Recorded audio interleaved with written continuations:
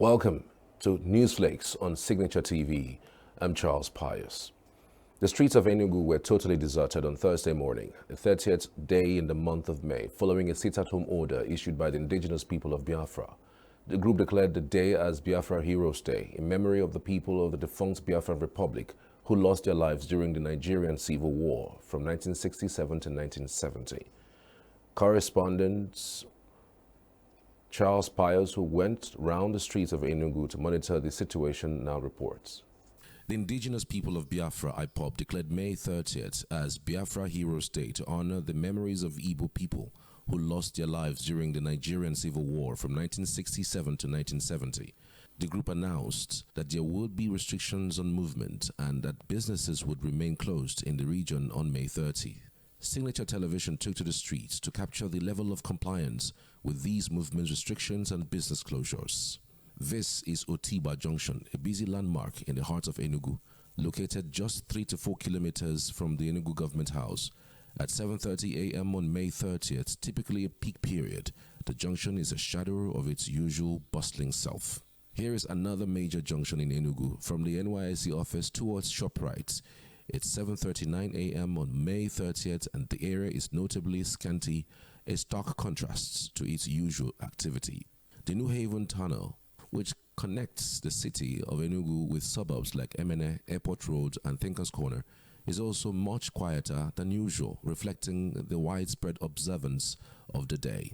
However, in a statement issued on Tuesday by the Enugu State Government through the head of service, says that workers who fail to be in their duty posts on the day will attract summary dismissal from service in line with the enabling provisions of the public service rules.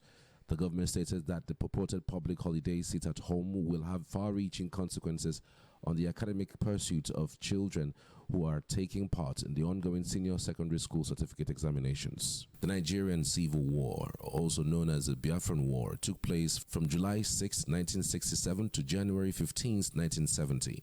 The conflict resulted in an estimated 1 to 3 million deaths, mostly due to starvation and disease.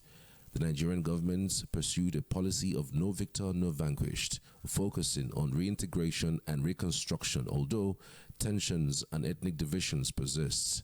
The Nigerian Civil War remains a significant event in the country's history, shaping its ethnic relations and political landscape. Meanwhile, the Anambra and Imo State Police Commands say they have deployed their men to offices and schools to counter any threat to lives and property by hoodlums. This followed threats by the indigenous people of Biafra, IPOB, insisting on the commemoration of the Biafran Day in the southeast today.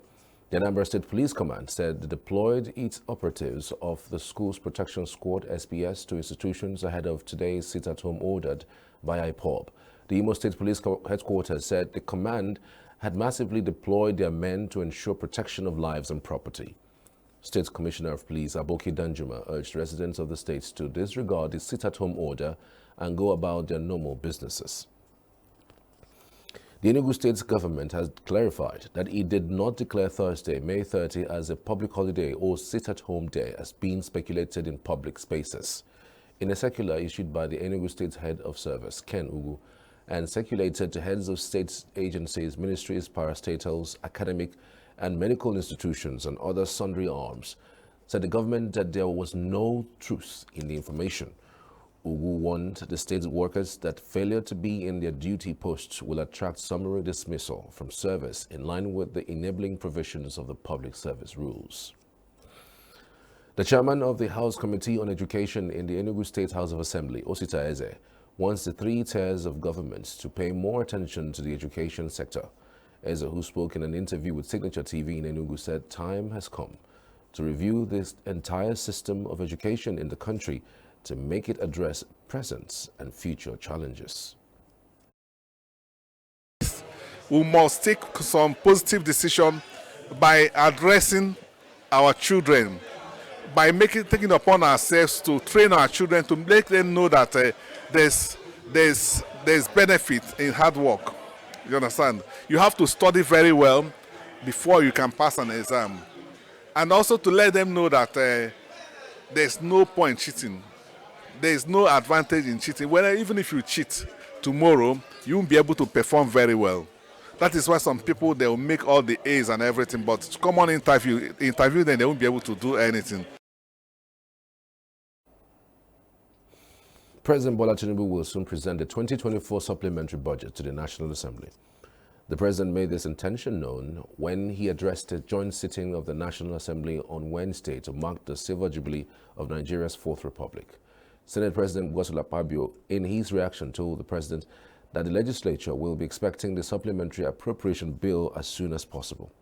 Tinubu had on January 1st, 2024, assented to the 28.7 trillion naira 2024 appropriation bill passed by the Senate, which was 1.2 trillion naira higher than the budget originally proposed by the president to a joint National Assembly session on November 29, 2023.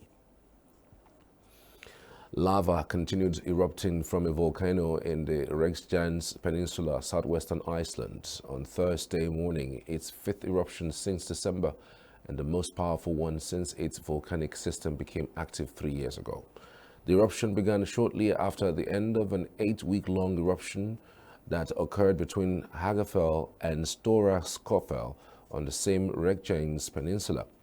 Iceland's Met Office said in the statement on Wednesday that lava fountains reached 50 meters high and the length of the fissure was around 3.4 kilometers. Residents refer to Iceland as the land of fire and ice, a tribute to its otherworldly landscape of mountain peaks, ice fields and fjords, a seismic hotbed positioned between the Eurasian and North American tectonic plates. Remote terrain is hampering critical relief efforts in Papua New Guinea, where the government and UN agencies are battling to reach survivors of a deadly landslide in Enga province. The landslide struck Kakolam village in Enga province, located over 600 kilometers northwest of the capital Port Moresby, burying a whole village as residents slept in their homes last Friday. The Prime Minister, James Marape, said on Wednesday that the death toll from the landslide is likely to surpass 2,000, according to preliminary estimates. Rescue operations have been impeded by the unstable geological conditions and risks of secondary disasters. Meanwhile, the UN is working closely with the local authorities to help set up evacuation centers and provide assistance for stricken residents, with the military leading the search and rescue work, with survivors also joining the efforts in search of their loved ones. And that's Newsflakes this hour. I'm Charles Byers. Thanks for watching. See you next time.